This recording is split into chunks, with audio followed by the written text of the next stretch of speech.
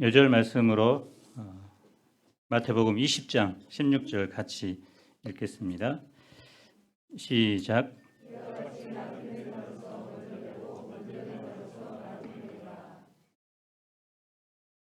본문은 유명한 포도원 품꾼들의 비유입니다. 엄밀히 말하면 포도원 주인의 비유라고 할 수 있습니다. 품꾼들의 행동보다는 주인의 관대함과 은혜가 강조되고 있기 때문입니다. 이 비유는 벗어서 우리가 모든 것을 버리고 주를 따라 싸운데 그런즉 우리가 무엇을 얻으리까라는 제자들의 질문으로부터 시작됩니다. 우리도 하나님 나라의 포도원에 들어와 일하고 있습니다. 하지만 제자들처럼 공로주의에 의지하여 신앙생활 할 때가 많습니다. 이 시간 말씀을 통해 나의 신앙 자세의 태도를 깊이 돌아볼 수 있기를 기도합니다. 제1부 은혜로 19장 23절로 30절입니다. 부자 청년이 슬픈 얼굴을 하고 근심하며 집으로 돌아갑니다. 예수님은 제자들에게 말씀하십니다. 내가 진실로 너희에게 이르노니 부자는 천국에 들어가기가 어려우니라. 유대인들은 물질을 많이 가진 것을 축복의 상징으로 생각합니다. 심지어는 부자를 경건한 사람으로 여겼습니다. 구약 성경은 하나님을 경외하는 자들이 물질적으로 부유하게 될 것이라고 약속합니다. 욥이나 아브라함을 비롯한 족장들 그리고 다윗과 솔로몬 같은 사람들은 모두 부자들입니다. 오늘날도 어떤 점에서는 돈이 많은 것은 하나님의 축복의 표시라고도 할 수 있습니다. 돈이 많으면 그 돈으로 이웃을 도울 수 있고 복음 사역에 투자할 수 있습니다. 그런데 제자들은 이런 부자들이 천국에 들어가기 어렵다는 예수님의 말씀을 듣고 당황합니다. 그들은 부자가 천국에 들어가지 못한다면 누가 천국에 들어갈 수 있겠는가 생각합니다. 부자가 천국에 들어가는 것이 얼마나 어려울까요? 24절을 읽어봅시다. 시작.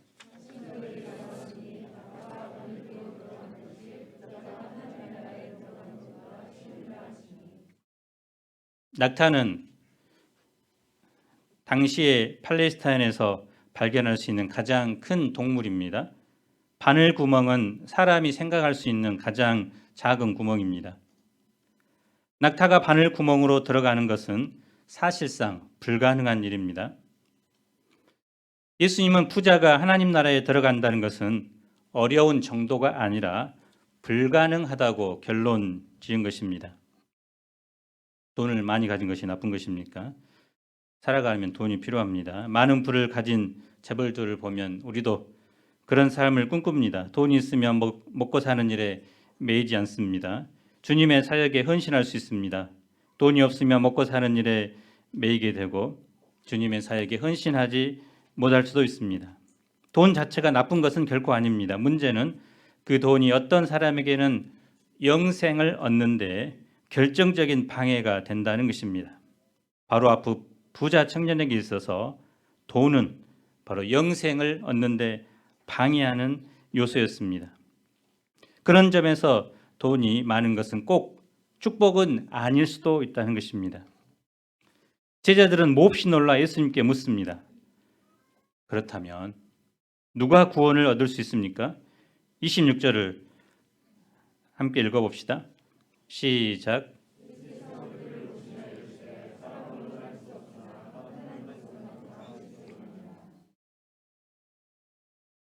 부자라고 해서 구원 받지 못한 것은 아닙니다. 또 가난한 사람은 자동으로 구원받고 부자는 무조건 탈락되는 것이 아니죠.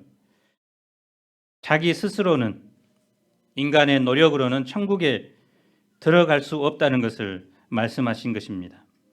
그리고 부자도 하나님께서 구원하실 수 있다는 것을 말씀하는 것입니다. 아무도 구원을 얻기 위해 돈이나 재능이나 어떤 특별한 장점을 필요로 하지 않고 또 인간의 아무런 공로도 필요하지 않다는 것입니다. 구원은 하나님의 전적인 주권과 그분의 선택에 따른 선물입니다. 누구든지 오직 하나님의 은혜로만 구원받습니다. 베드로는 이 말을 듣고 무슨 기대를 할까요? 27절을 함께 읽어봅시다. 시작.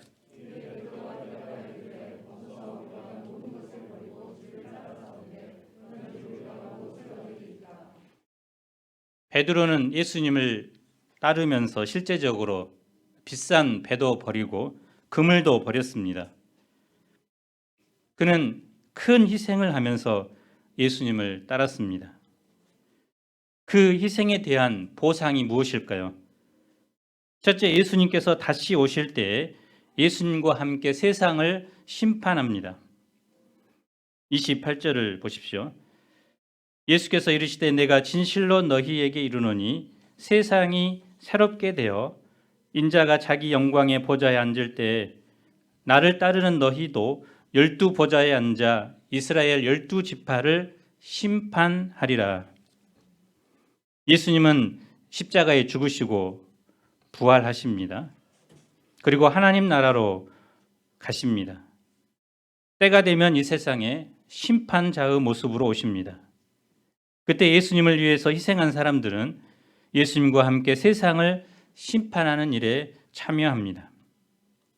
현재 모든 것을 포기하고 보잘것없어 보이는 제자들은 미래의 통치권과 권세를 가진 강력한 인물들이 됩니다. 둘째, 예수님의 이름을 위해서 버린 사람은 영생을 상속받습니다. 29절을 함께 읽어봅시다. 시작.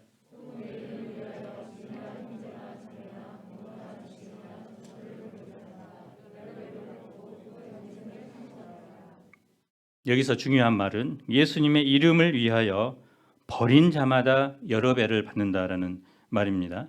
버리지 않으면 받지 못합니다.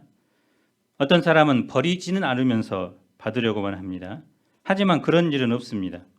이 땅에서 예수님을 위해서 희생하는 사람은 여러 배를 받습니다.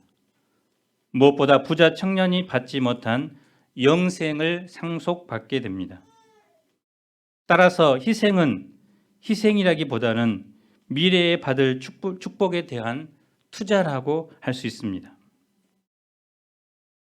예수님은 그런데 여기서 끝나지 않고 제자들에게 경고의 말씀을 주십니다. 우리 30절을 함께 읽어봅시다. 시작.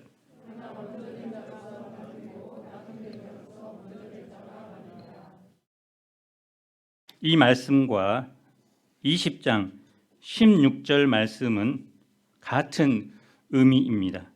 그래서 문학 기법에서 국어에서는 수미 상관법이라고 하고 또 영어는 인클루지오, 또 샌드위치 기법이라고 부릅니다.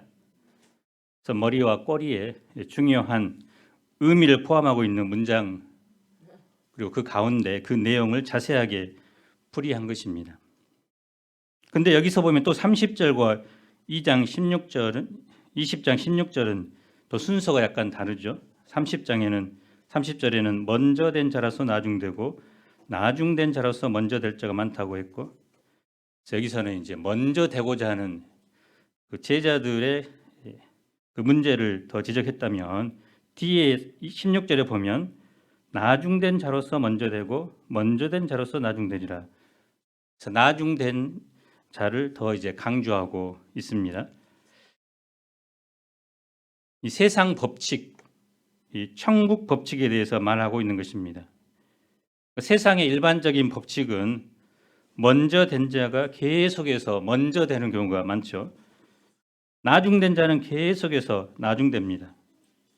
그래서 금수저를 물고 태어난 사람은 죽을 때까지 그 금수저를 입에서 물고 살고, 흙수저를 물고 태어난 사람은 흙수저를 물고 사는 경우가 대부분입니다. 하지만 천국에서는 다릅니다. 이 땅에서 많은 것을 버렸다고 해서 천국에서 반드시 그에 대한 보상을 받는 것은 아닙니다.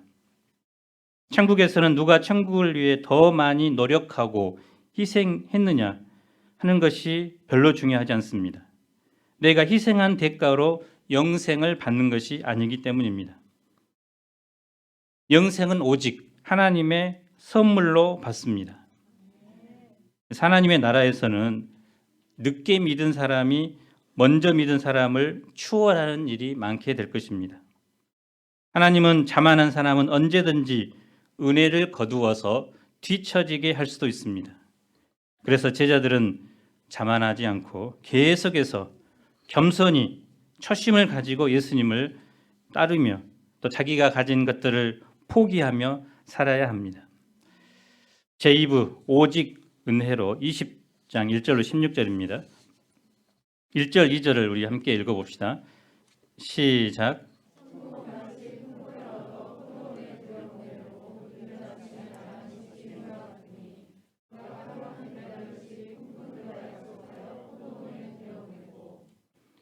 (6월이면) 포도가 익기 시작하고 (9월이면) 열매를 맺습니다. 이때 해는 보통 6시에 떠서 저녁 6시에 집니다. 비유에 나오는 포도원 주인은 큰 포도원을 가진 사람입니다. 그는 아침 일찍 장터에 나갔습니다. 품꾼들을 만나 한 데나리온을 주기로 약속하고 포도원에 들여보냅니다. 여기서 품꾼은 일정한 직업이 없는 일용 근로자입니다. 하루하루 벌어서 먹고 삽니다. 공치는 날은 가족들이 모두 굶어야 합니다. 그렇기 때문에 하루 어떤 포도원에 들어가 일할 수 있다는 그것은 큰 행운입니다. 포도원 주인은 오전 8시에 다시 장터로 나갔습니다. 놀고 서 있는 사람들이 또 있었습니다. 주인은 그들에게도 포도원에 들어가라고 했습니다. 하지만 이번에는 정확한 품삯을 정하지 않습니다. 단지 노동에 맞는 품삯을 주겠다고만 합니다. 포도 수확하는 일이 좀 더 빨리 진행되었을 것입니다. 그래도 밤이 되기 전에 목표한 포도 수확을 마치려면 더 많은 품꾼이 필요했습니다. 수확이 하루 이틀 지연되면 포도의 당분이 지나치게 많아져서 가격이 떨어지기 때문입니다. 주인은 정오와 오후 3시에도 장터로 나갔습니다. 심지어 오후 5시에도 나갔습니다. 아직도 놀고 서 있는 사람들이 있었습니다. 주인은 그들에게 다가서서 너희는 어찌하여 종일토록 놀고 여기 서 있느냐라고 묻습니다.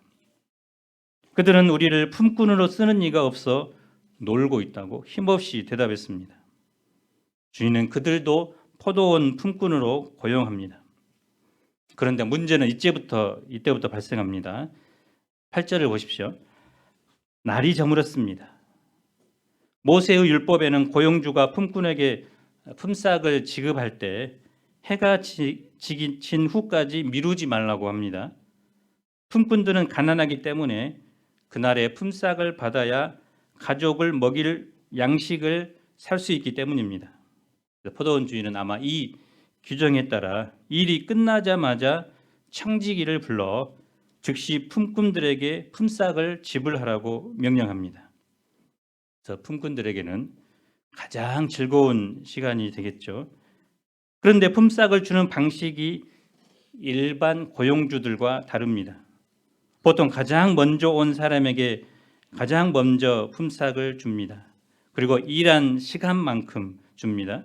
그런데 이곳은 반대입니다. 나중에 온 자들부터 시작해서 먼저 온 자들까지 품삯을 받습니다. 가장 늦게 와서 1시간밖에 일하지 않는 품꾼들이 얼마를 받습니까? 1시간 일하고서 하루 품삯인 한 데나리온씩 받습니다. 이것을 뒤에서 지켜보던 먼저 온 품꾼들은 당연히 더 많이 받을 것으로 기대하겠죠. 그런데 어떻게 됩니까? 그들도 한 데나리온을 받습니다. 물론 그들은 한 데나리온을 받기로 하고 일을 시작했습니다. 그들이 손해 본 것은 없습니다. 그럼에도 불구하고 그들의 주인에 대한 태도는 어떠합니까? 주인을 원망합니다. 그 원망의 이유가 무엇일까요? 12절을 보십시오. 한번 읽어봅시다. 시작.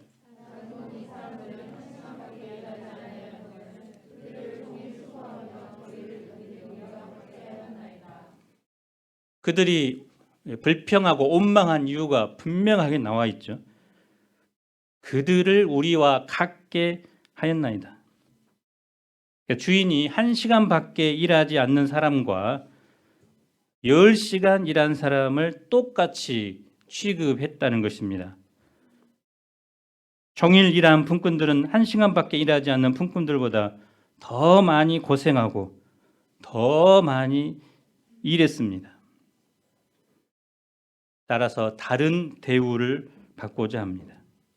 이것은 지극히 상식적이고 합리적입니다. 주인의 처사는 공평하지 않는 것처럼 보입니다. 당시의 상식과 합리를 깬 것입니다. 주인은 일꾼들의 능력을 파괴할 뿐만 아니라 서열까지도 파괴해 버렸습니다. 그런 주인을 원망하는 것은 어찌 보면 당연합니다. 먼저 온 품꾼들은 자신의 품삯을 보상으로 여겼습니다. 그렇기 때문에 공정이라는 기준을 제시했습니다. 1시간만 일한 사람과 종일 10시간을 수고하고 더위를 견딘 사람과 똑같이 한 데나리온의 품삯을 주는 것은 공정하지 않다고 주장한 것입니다. 작년부터 올해 우리 사회를 뜨겁게 달구었던 대부분의 사건들의 이슈 이면에는 공정이라는 그 가치를 이야기합니다. 사람들은 기회, 또 과정, 결과가 공정하지 않으면 불평합니다. 그런데 포도원 주인은 모든 품꾼에게 품꾼의 능력과 상관없이 또 품꾼이 일한 시간과 상관없이 똑같이 한 데나리온씩을 지급했습니다. 왜 그렇게 했을까요? 주인은 품꾼들에게 한 데나리온을 보상으로 주지 않았기 때문입니다. 보상이 아니면 무엇입니까? 바로 은혜요, 선물로 준 것입니다. 당시 하루 일해서 먹고 사는 품꾼들의 품삯인 한 데나리온은 한 가족이 한 날을 먹고 살기 위해 꼭 필요한 금액이라고 할 수 있습니다. 주인은 그 사실을 잘 알았기에 그들이 얼마나 일했는가에 대한 계산이 아니라 그들의 하루의 필요라는 기준에 그 필요를 채워준 것입니다. 이것이 하나님 나라의 통치 원리 중에 하나인 은혜의 원리입니다. 물론 하나님 나라에도 보상의 원리가 있습니다. 하지만 보상의 원리는 은혜의 원리라는 기초 위에 서 있습니다. 아무리 공정이 중요하다고 해도 그 공정의 잣대로 은혜를 재단할 수 없습니다. 마이클 야코넬리라는 작가가 한 다음의 말은 이 비유를 설명하기에 적절한 말입니다. 은혜보다 교회 안의 사람들을 더 화나게 하는 일도 없다. 비유 속에서 품꾼들을 화나게 한 것 역시 은혜였습니다. 세상에서는 오직 공정이라는 기준만이 통용되기 때문에 은혜 때문에 화낼 일도 별로 없습니다. 그러나 교회는 은혜의 원리가 지배하는 세상에서 유일한 사회라고 할 수 있습니다. 그래서 공정을 기준으로 삼은 사람은 은혜를 보면 화가 납니다. 대표적인 사건으로 요나서 4장을 보면 요나는 니느웨 사람들에게 재앙을 내리기로 하신 하나님의 재앙을 내리지 않기로 하신 하나님의 결정에 화를 냅니다. 주님, 앞만 봐도 주님이 이렇게 하실 것 같아서 제가 다시스로 도망쳤던 것입니다. 주님의 너그러우심과 은혜 때문에 화딱지가 나서 못 살겠습니다. 차라리 절 죽여주세요. 우리가 이 비유에서 먼저 온 품꾼들의 원망에 공감이 간다면 우리 역시 은혜에 대해 화를 내는 사람들이라는 것을 보여줍니다. 우리는 나에게 주어진 은혜는 즐겁고 기뻐하지만 남에게 주어지는 은혜에 대해서는 분노하곤 합니다. 은혜는 나에게, 공정은 너에게, 이것이 우리의 본성입니다. 우리는 공정이라는 잣대마저 나와 타인에게 공정하게 적용하지 못하는 이기적인 죄인이라는 사실을 부인할 수 없습니다. 유대인들은 공로교리에 익숙해 있었습니다. 그들은 하나님 앞에서 상급을 받기 위해 많은 선행을 해야 한다고 생각했습니다. 그들은 하나님의 무한한 은혜의 기초 위에 살고 있었지만 행위의 교리를 계속 강조하며 살았습니다. 예수님은 이 비유를 통해서 하나님의 나라가 공의보다 은혜의 법칙에 지배받는 나라는 사실을 보여주고자 하셨습니다.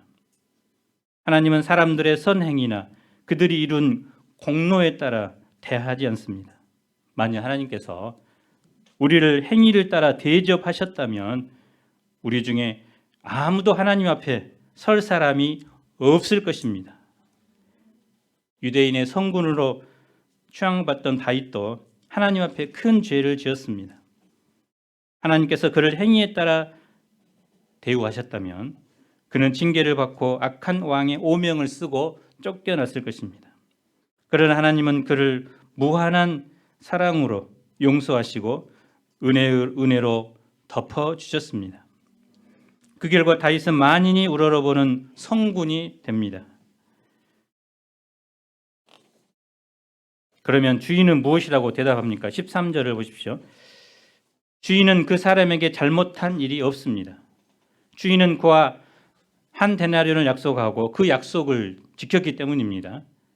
그는 주인으로부터 어떤 부당한 대우를 받지 않았습니다. 사실 손해를 본 사람은 품꾼이 아니라 주인입니다. 주인은 조금밖에 일하지 않은 사람에게 하루에 해당하는 삭슬 주었기 때문입니다. 주인이 늦게 온 사람에게 한 데나리온을 주는 것은 주인의 뜻입니다. 주인의 절대적인 권한입니다. 주인이 그 품꾼에게 베푼 은혜입니다. 따라서 먼저 온 품꾼은 주인을 원망하는 대신 그 절대적인 권한과 은혜를 인정해야 합니다. 15절을 함께 읽어봅시다. 시작.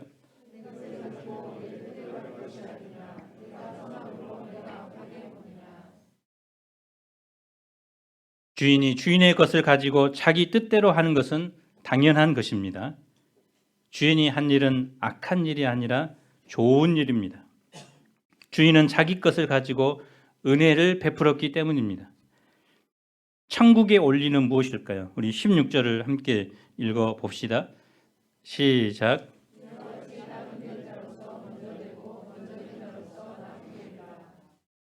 천국에서는 늦게 온 사람이 먼저 품삯을 받고 먼저 온 사람이 늦게 품삯을 받기도 합니다. 굳이 여기서 품삯을 말하라면 구원 또는 영생이라고 할 수 있습니다.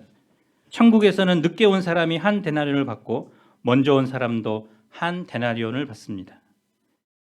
주인의 은혜는 가장 먼저 온 사람에게나 가장 늦게 온 사람에게나 똑같이 적용되는 것입니다. 이 먼저 된 자와 나중 된 자는 구체적으로 누구를 말합니까? 역사적으로 보면 먼저 된 자는 유대인을 말하고 나중 된 자는 이방인을 말합니다. 먼저 된 자는 바리새인과 같은 종교 지도자들이고 나중 된 자는 세리와 창녀입니다. 예수님의 12제자를 먼저 된 자라고 한다면 나중 된 자는 제자가 아닌 일반 믿음의 사람들입니다.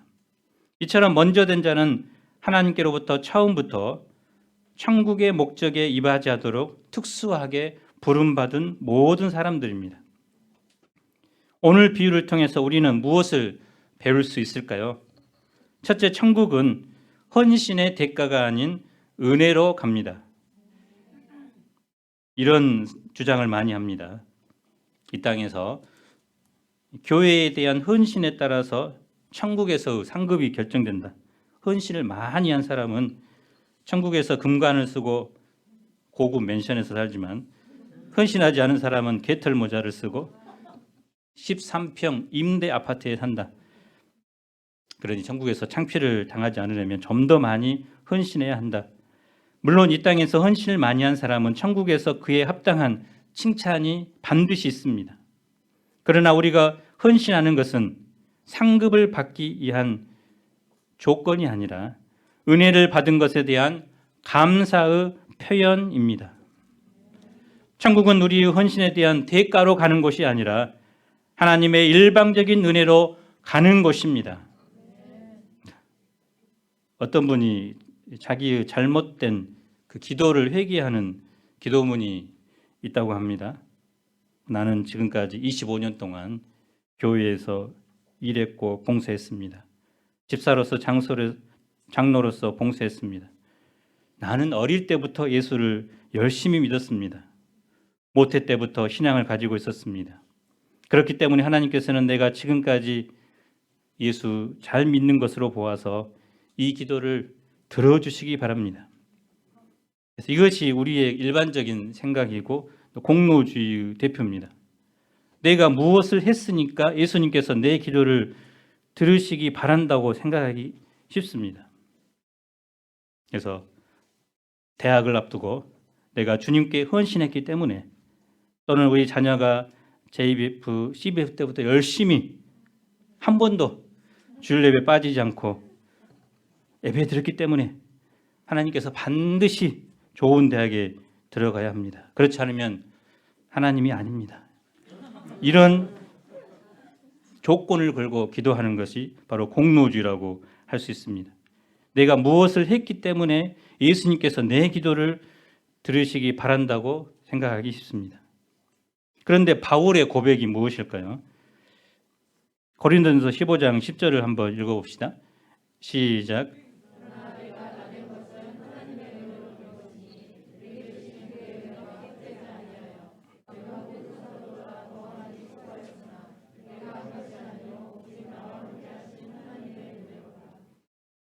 그래서 작은 일을 해놓고도 우리의 공로를 내세우려 하는 우리의 입을 닫게 하는 말씀입니다. 우리가 선택받고 구원받고 이날까지 하나님과 교제하며 섬길 수 있는 그 자체가 바로 은혜이기 때문입니다. 둘째, 사람과 비교하지 말고 감사하며 살아야 합니다. 대부분 사람들은 자신이 가장 먼저 와서 가장 많은 일을 한 일꾼으로 생각하는 경향이 많다고 합니다. 실상은 그렇지 않은데 말입니다. 만일 내가 가장 늦게 온 사람이고 가장 적은 일을 한 사람이라고 인정한다면 어떤 마음이 들까요? 모든 것에 감사할 것입니다. 오늘 하루를 감사하고 하나님께 나와 예배 드리는 그 자체를 감사할 것입니다. 그런데 나를 가장 먼저 와서 가장 많이 일한 사람으로만 여기기 때문에 다른 사람과 비교하고 부당한 대우를 받았다고 불평하는 것입니다. 그래서 교회 내에서도 먼저 오고 또 많은 일을 한 사람이 불평이 많다고 합니다. 그것은 일하는 것을 섬기는 마음으로 하는 것이 아니라 우월감과 자기의로 하기 때문입니다. 우리는 하나님께서 나에게 다른 사람보다 우월한 무언가를 주셨다면 우월감보다 감사하고 섬기는 마음을 가져야 합니다. 하나님을 채무자로 여기고 흥정하고자 하는 흥정의식이 아니라 하나님께서 나를 일방적으로 선택했고 나를 쓰고 계신다. 그 자체가 복이다는 감사의식을 가져야 합니다. 하나님의 은혜를 알지 못하면 감격과 기쁨이 사라집니다. 바리새인처럼 늘 다른 사람과 비교하거나 정죄하는 것으로 살 수밖에 없습니다. 우리의 삶에 은혜가 아닌 것은 아무것도 없습니다. 자격과 권리를 주장하면서 하나님께 보상을 요구할 수 있는 권리는 우리에게 없습니다. 하나님을 섬기는 사람에게 지금 하나님을 섬기고 있는 그 자체가 이미 은혜요 상급입니다. 다른 사람이 잘 될 때 함께 기뻐하고 다른 사람이 함께 할 때 함께 슬퍼할 수 있습니다. 하나님께 대한 우리의 반응은 감사해야 합니다. 다른 사람을 향한 우리의 반응은 사랑이어야 합니다. 그런 자에게 하나님은 우리가 기대하는 것보다 넘치도록 보상도 해 주실 것입니다. 우리 찬양 한 곡 불러보겠습니다.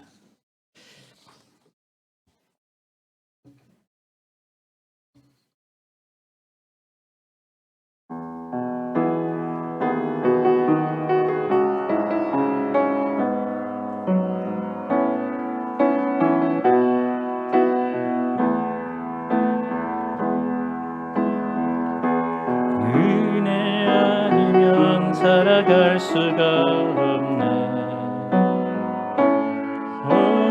마저도 다 주의 것이니 세상 평안과 위로 내게 없어도 예수, 오직 예수뿐이네. 크신 게 다 볼 수도 없고 작은 고난에 지쳐도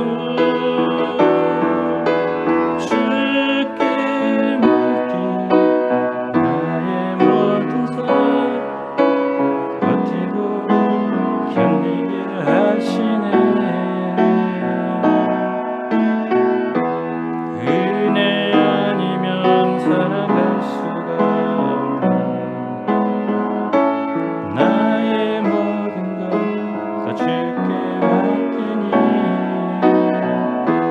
참된 평안과 위로 내게 주신 주 예수, 오직 예수뿐이니. 소리는 사도 바울처럼 나는 항상 가장 늦게 온 사람이다. 그리고 주님을 위해 한 것은 아무것도 없다. 그런 마음으로 살아야 합니다. 천국은 어떤 곳입니까? 천국은 내 헌신의 대가가 아닌 은혜의 원리가 나타나는 곳입니다. 이 은혜의 원리는 먼저 온 사람은 물론이고 나중 온 사람에게도 똑같이 적용됩니다. 우리가 이 은혜를 깨닫고 감사함으로 살 수 있기를 기도합니다. 내가 많은 양을 칠지라도, 내가 다른 사람보다 더 깨어 기도하더라도 그것이 하나님의 은혜 때문임을 깨닫고 그것이 다른 사람을 정죄하는 것이 되지 않아야 합니다. 우리가 이번 한 주간도 오직 하나님께서 부어주시는 그 은혜로 살아갈 수 있기를 간절히 기도합니다. 16절을 같이 읽겠습니다. 시작. 이와 같이 나중된 자로서 먼저 되고 먼저 된 자로서 나중되리라. 하나님 아버지 제자들처럼 모든 것을 버리고 주님을 따르지도 않았지만 그러나 주님께로부터 마치 주님을 채무자처럼 여기고 또 무엇을 바라고자 하고 했던 것을 발견합니다. 우리가 구원받고 또 영생을 누리고 또 하나님과 교제하며 또 주님의 일 사명을 감당할 수 있는 그것이 바로 하나님의 일방적인 은혜임을 깨닫고 사도 바울처럼 무익한 종의 자세로 살아갈 수 있도록 도와주시기를 간절히 기도합니다. 나중된 자가 먼저 되고 먼저 된 자가 나중되는 이 천국의 원리를 저희가 심령 깊이 깨달을 수 있도록 도와주옵소서. 예수님 이름으로 기도합니다.